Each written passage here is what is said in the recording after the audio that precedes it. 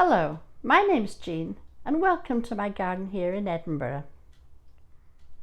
In my last video, I showed you how to get started with the practical part of planning your garden layout, with measuring, self-questioning and drawing, etc.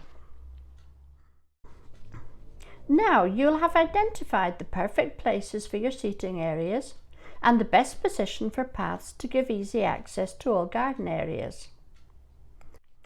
You know they'll work well because you've tried out various options and you've found the ones that work best for you.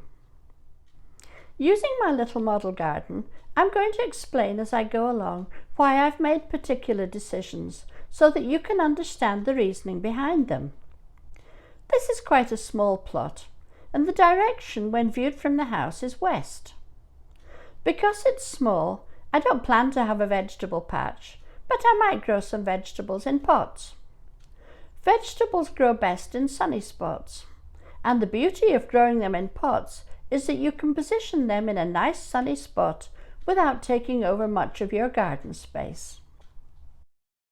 As you saw in the last video, your seating areas will take advantage of the sun at different times of day, so one area won't suit all occasions. I plan to have 3 different seating areas in this garden so that I have a choice of where to sit depending on the sun's position. The paths need to provide easy access to the shed, the seating areas and the bin storage space. You need to keep the route as straight as possible, otherwise people will take a shortcut across the lawn instead of using the path.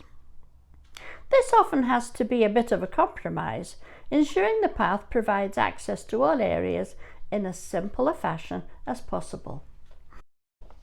I've already marked out with temporary spray marker paint where I want the paths to go.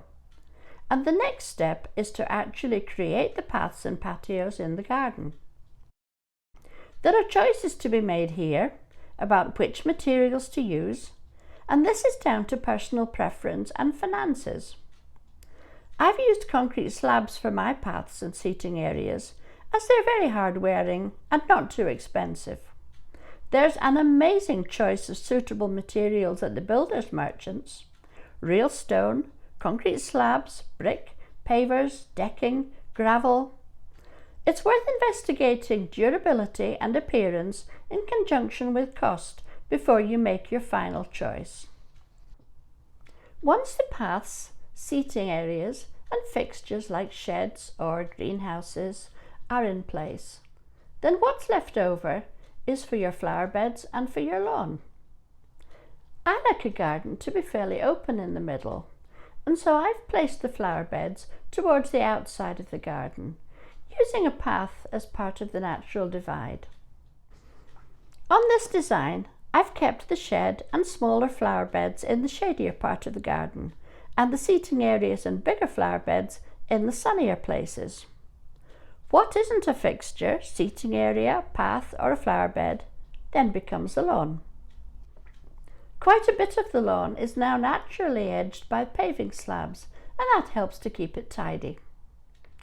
I hope you can see the logical progression of this process.